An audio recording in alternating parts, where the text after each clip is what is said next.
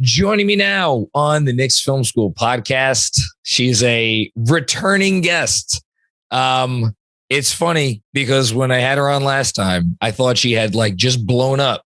And I was like, wow, I can't believe I got her on. And then she went and blew up as if the first blow up didn't even happen.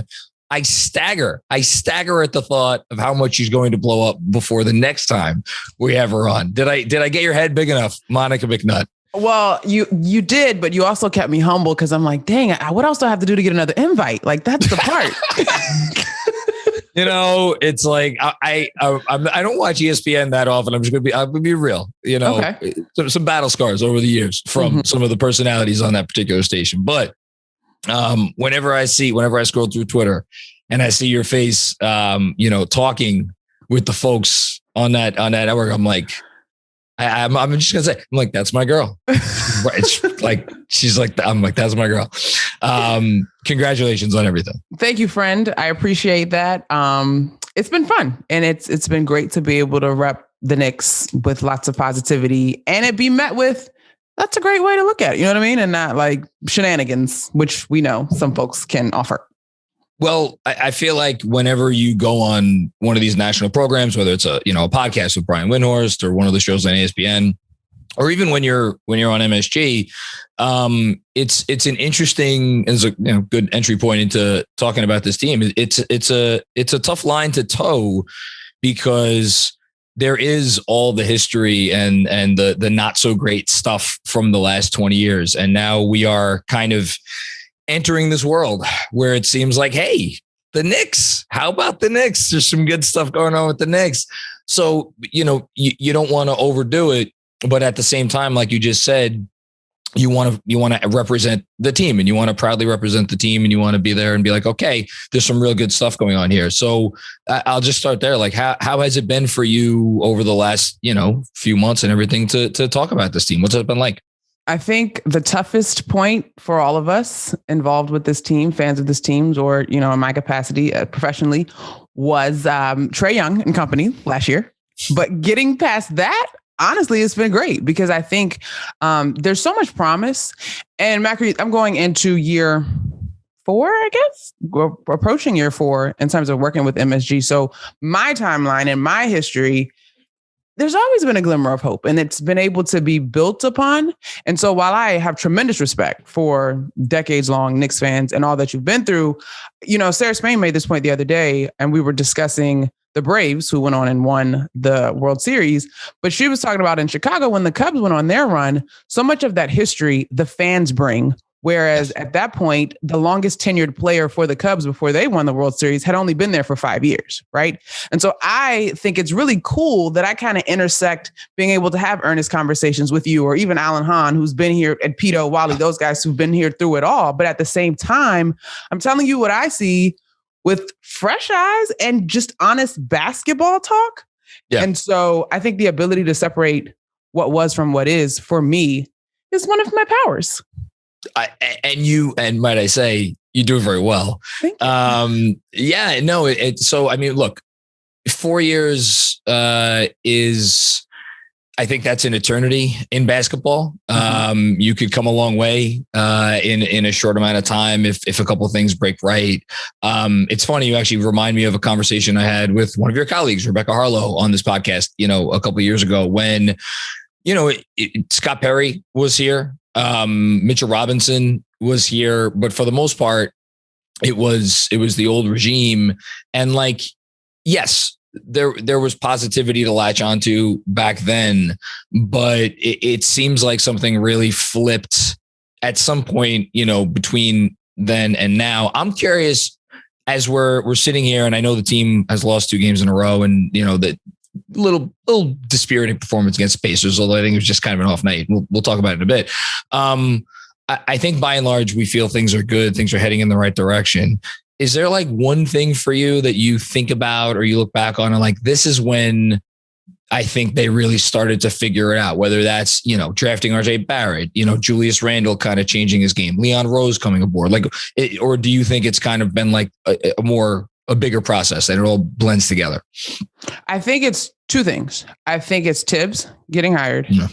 And I actually do think that RJ is a huge piece of what's going to happen. But it's hard to say that without acknowledging Julius Randle's commitment to improving and taking his game to the next level. But to me, Tibbs, Julius last year, and then RJ just being as steady as he is, having a dad who is a professional, going to a Duke, right, and always being highly touted. Like, I just cannot wait for the ceiling on him. I'm all in on RJ Barrett.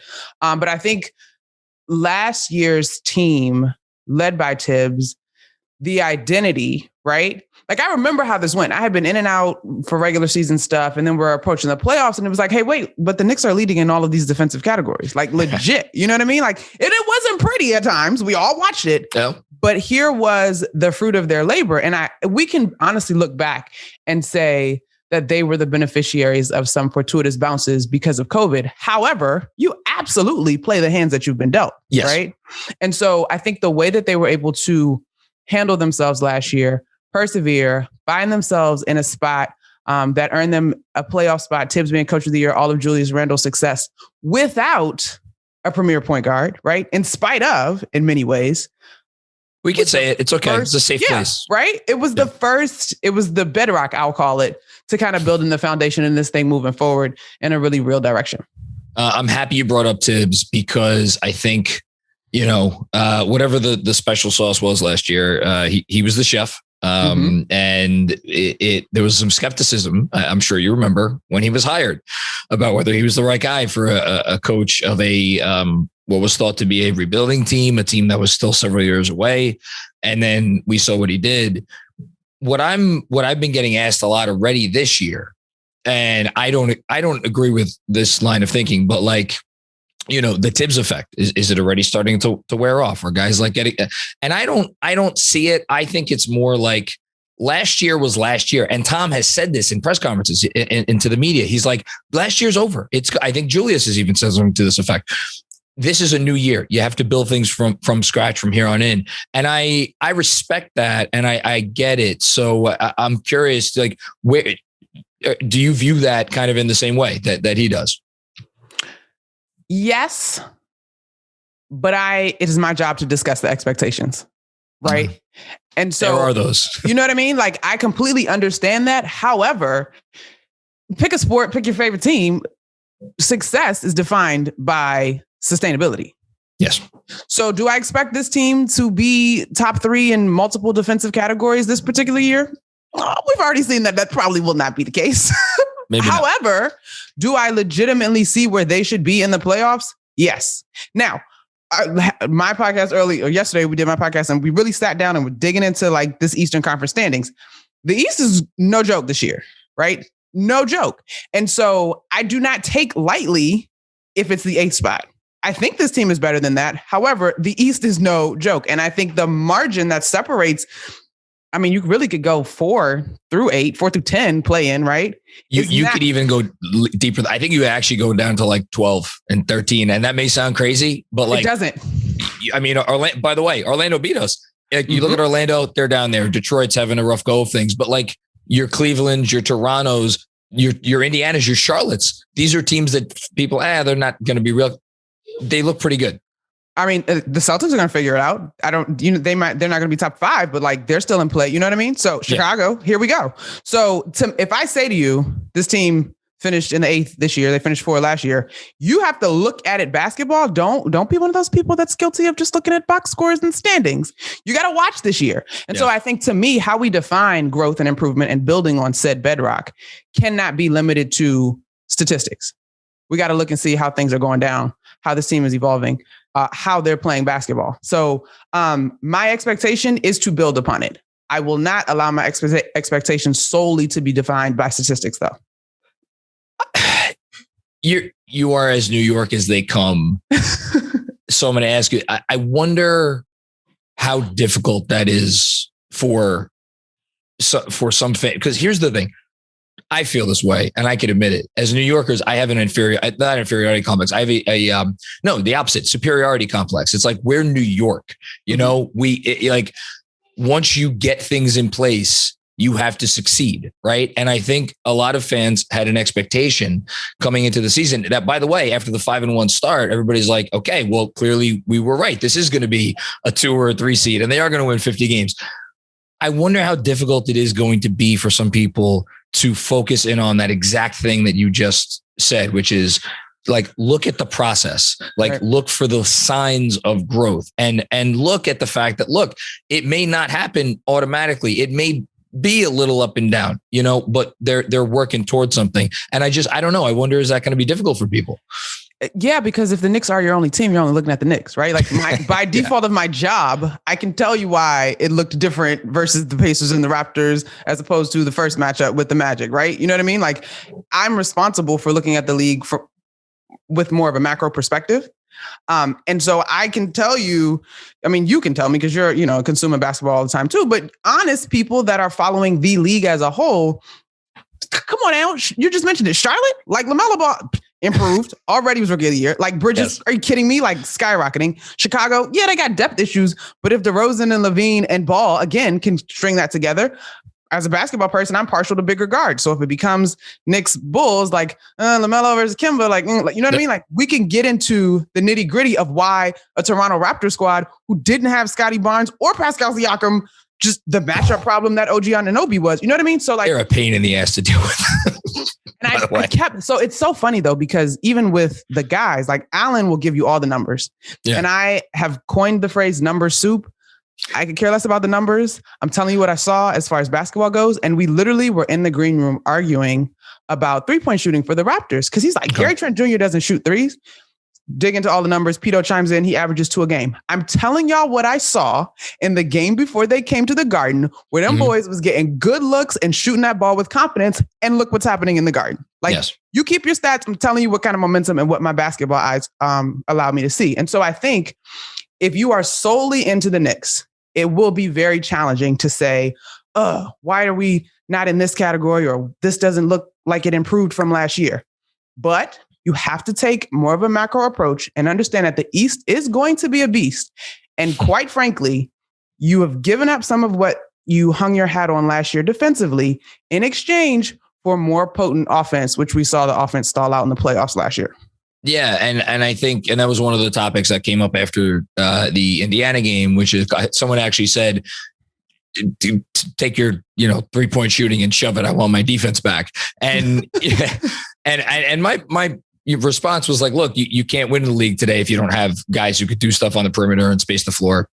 Give the defense some time. It doesn't have to get to last year's level. It just, you got to be respectable. You got to be able to get stops when you really need them. They haven't necessarily been able to do that so far. I want to go back to RJ because you brought him up. And I think, for me, I've always been, you talk about watching the whole league. I feel like I've watched the rest of the league, the other young players in the league. And I did not feel at times over definitely not his first year. And even at times last year, he necessarily deserved to be in the same conversation as some of the other tip guys. I think massive disrespect leaving off some of these lists.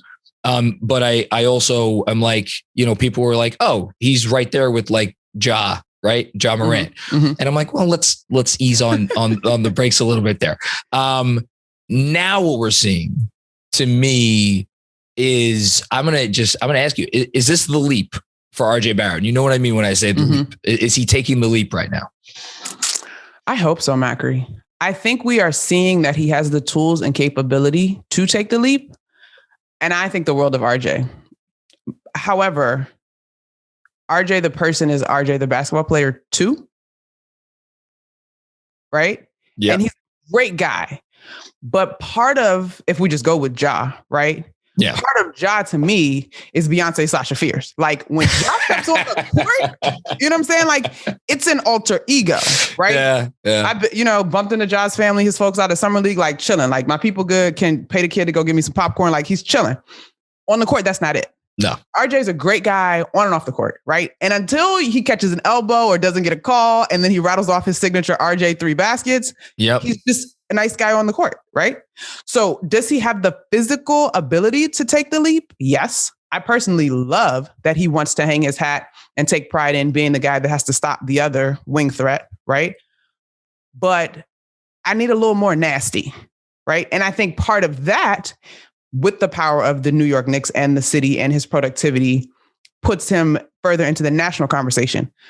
Because, RJ's my dude, But until he rattles off 30, and even sometimes when he has a 30-point night, it isn't always the most memorable in terms of moments. He gets some of his points quietly. And that's great praise. And that's fine. That's not a right? Yeah, that's okay. You know what I mean? But at the same time, when I think of guys in his class, right, or just guys, period, that are the guy, it's some nasty to it. Like, I just need to see a little more nasty. One stat I've always looked at for him over the first 2 years, and I'm looking at again this year, is free throws. If it's one, like, he'll get better at finishing. He'll eventually shoot threes off the dribble. I know that's coming. I want to see, like, you're 6'6", 2. I don't know what he is. He's not a small man. Like, use that, right? Yeah. You know, use that to your advantage. Yeah. And I feel like I think that's falling in line with what you're saying, like getting more nasty out there. Yeah. And I think, and this is where, okay, year one, we got the bedrock. We understand one another's personality. As Wally has pointed out, and Taj and Nerlens and Derek, all the guys that were with Tibbs at other points, he's smiling more than he ever has. He's learning. Personally, just from my observation, less than 10 games and approaching 10 games, RJ, and I think the entire team, but RJ in particular, would benefit more if there were more actions besides that high pick and roll, and then that every now and again double stagger at the top, and then everybody's kind of waiting, and maybe Mitch is in the paint for somebody's loop around pass. Like, it was crazy. The other night I'm watching Warriors Hornets, and I think before that Miami played Dallas, I think. Yes, they did, and they beat the snot out of them. But I'm looking at these offenses, and I'm like, there's so much more action. Like, there's just so much more action, and it is an incredibly difficult task at any level of basketball, but especially in the National Basketball Association with the world's best players, to score straight up in your half court set. I don't care who you are, like, straight up in your half. It's just tough. And so to me, this team has to find other easy baskets besides lobs to Mitch. You bring up a touchy subject, because this has been a persistent complaint, I think, about, even as he was winning Coach of the Year last year, about Thibodeau, is why is there not more creativity in the office? And my response in the offense, and my response is always, look, he has a philosophy. He tells you what his philosophy is. Get two on the ball and make the right play. He will tell anybody who's willing to listen. And this is a transition. The other thing I want to talk about, through a year and change of the Thibodeau era, that has meant featuring Julius Randle. Julius Randle is the best matchup advantage. Julius Randle could bring a second guy to the ball, right? And then he makes the right pass. I wonder, is it now time to start diversifying from that? And how do we do that? And how is it going to look if it's less Julius and more RJ? How do you think that's going to go over? So here's my thing. I think we can have it both. I'm not asking Tibbs to completely change the philosophy, but when two come to Julius, there still can be another action on the weak side, so that when RJ comes to the open spot, like, he's cleaner than the help side guy being able to stunt at Julius and still recover to RJ. You know what I'm saying? Like, I'm not asking you to rewrite the entire book. And for all I know, some of this instruction already could be being given, and guys are having brain farts on the court. I don't think that's it, but it's possible. Like, it's also new pieces too, right? Kemba, Fournier, they're with the team for 8 games now. Yeah. And I think Julius, to me, has shown a willingness to make the right pass. But, you know, again, watching the whole league, like, it's kind of like what Marcus Smart said. The game plan is for Julius. The game plan in Seattle, in the Celtics for the Boston, is to Jalen and Jason. So, like, come on now. You know, like, you and I see this. So, you know, them people on the bench that's getting paid to see it. Right. 100%. And so I don't think that this is an either or conversation. Basketball is a game of runs. It is a game of adjustments. It is a game of reads. I trust Julius, RJ, Evan, Kemba, Mitch maybe less so, but they're professional athletes. Like, they can make a read. You know what I mean? Mitch is getting there. For such a large man, baby steps. He's getting there. Baby steps. I'm not asking you to throw away the entire playbook. And I'm not either. And I don't think they should, especially since I think we see with a lot of players today, you know, and how much do you cater to this? Like, guys like to play the way, I think you would know better. You would know much better than me. Guys like to play the way the Knicks play, where a guy like Julius gets a chance to show off his individual skills. And hey, guess what? Got him second team All-NBA last year. Got him 8th in MVP voting, right? But when you look at a guy like RJ, He is, and I don't want this to come off as a diss to Julius. That's not what this is. RJ is such a smart player, and I think his hoops IQ, if it's not his top quality, it's up there. And you see it in the way he cuts. I think you see it in the way he occasionally finds cutters. And I think that is when you're talking about trying to replicate some of what the Heat do, some of what the Warriors do. Who would benefit more from that than RJ Barrett? And I don't think it's anybody.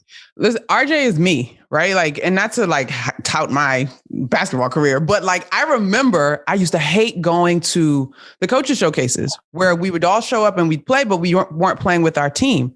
I wasn't the pickup chick. Like, and my dad used to be like, you play great defense. He's like, I know this isn't your thing, because I wasn't give me the ball, I'm about to do my thing. Like, that just wasn't me. I wanted to play basketball in the beautiful high IQ way. Now, if we pulled up on pickup and I had one or two of my teammates, everybody was like, oh, y'all play together? You could tell because we knew one another and had that kind of feeling. So when I watch RJ, like, that's probably why I have the biggest soft spot for him, because he's got all the tools he needs, but he's so smart. And so again, the thing about it is that this is not one or the other. And I think sometimes people forget that, like, hey, pass the ball. That doesn't mean it's not coming back. Like, if Julius still is the best matchup, if at a bare minimum, move the ball around a couple times, see if the defense is going to play it honest, get at their legs. And then it goes back to Julius. You know what I mean? Like, at the bare minimum. And so I think I've been wrestling within the last few games, how do we feature RJ sooner? Because I think he has that type of engine and ability, which would ultimately help take some of the load off of Julius, where it seems like he seems to be our kind of second half guy. And he may like it that way, but just in general, I'm so excited this year when I see this team out in transition, when I see some delightful cuts in the half court. Like, I'm all for easy baskets, because when we get to the dog days of the season, and of course, when we get to the playoffs, like, it doesn't get easier. No, you might as well get the easy ones while you can. Now, you just made me think of it. A nice wrinkle that I feel like they've introduced this year that I don't feel like they did a ton last year is the more aggressive defense. Not all the time. You can't go to it all the time, but the stuff to try to force some turnovers, and get easy opportunities. We saw it in some of their bigger wins, or in some of the better parts of their bigger wins. I wonder, is that a solution, to some of the defensive issues that they've been having? I also happen to think last night against the Pacers was just not a great matchup for them.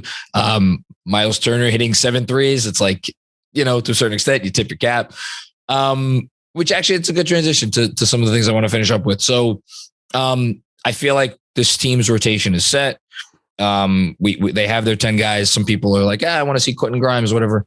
But for the most part, I think we know what this is. What do you see as the next step for this team, whether it's internal development, whether you're like, man, I'd really love to see someone at this position who could do this, or are you just kind of like, I want to give this team a chance to see what they could do this year as is?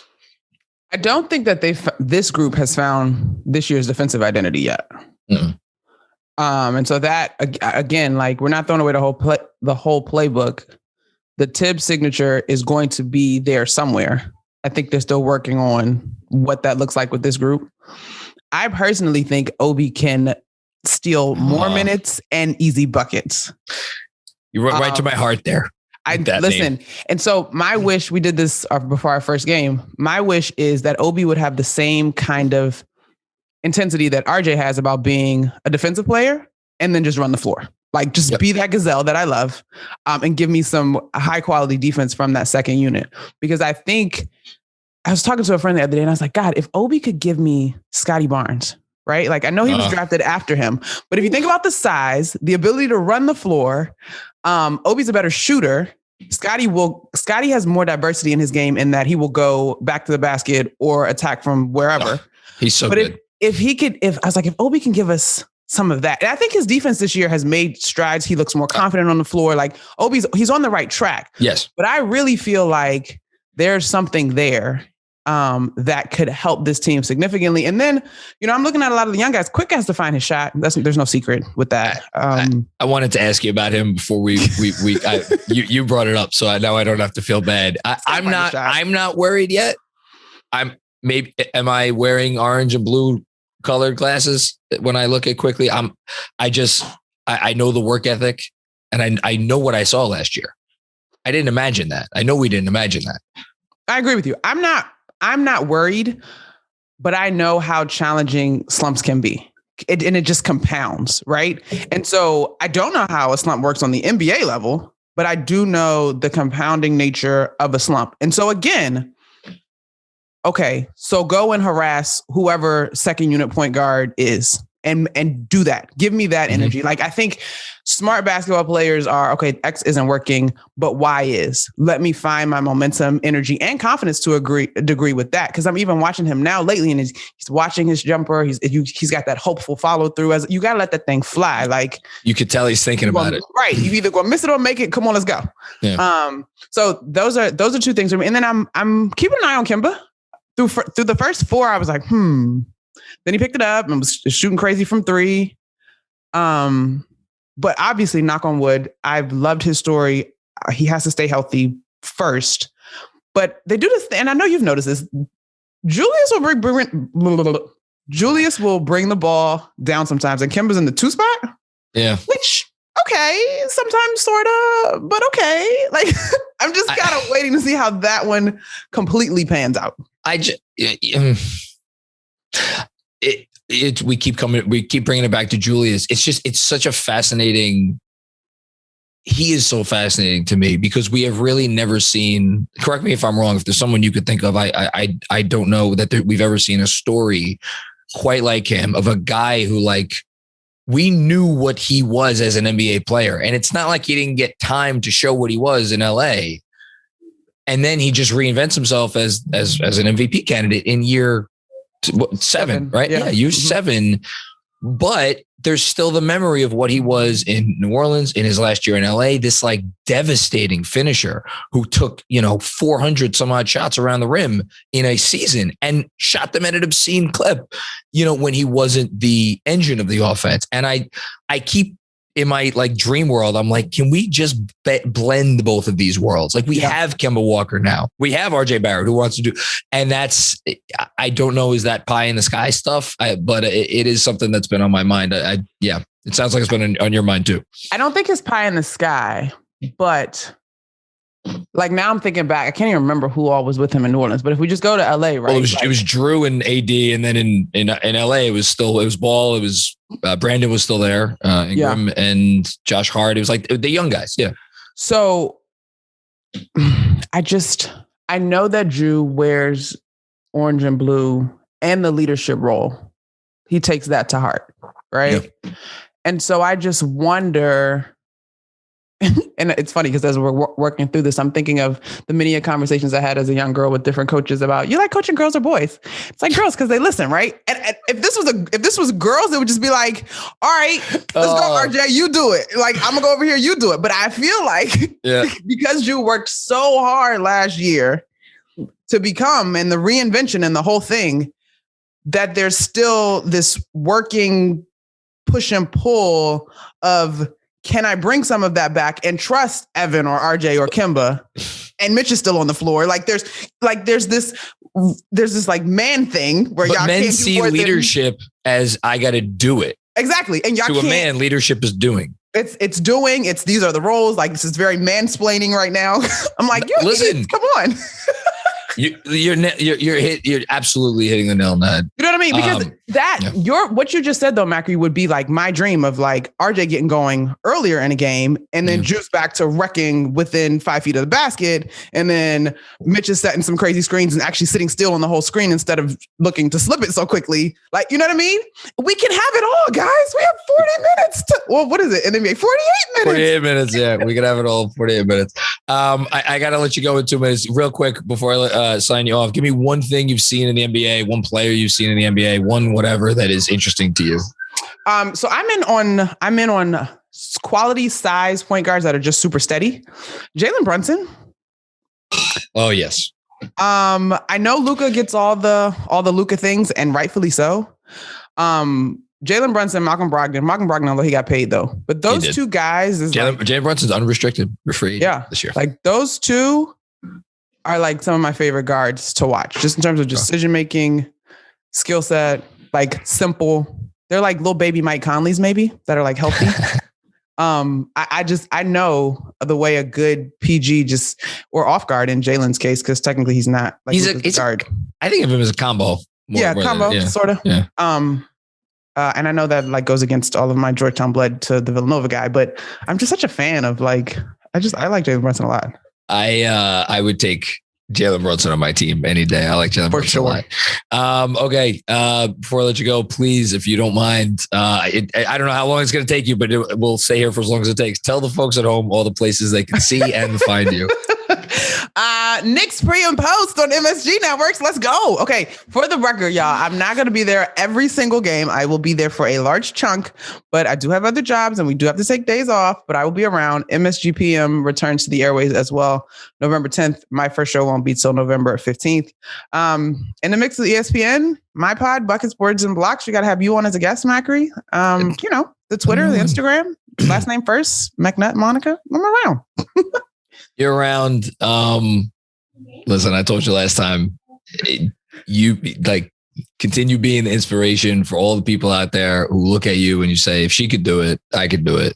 That is, I don't need to tell you how important that is. So thank you. I love that. No, that's real. Okay. Monica McNutt, you are the best. I will watch you on one of the many places that we can watch you and listen to you. Thanks for having me, Macri.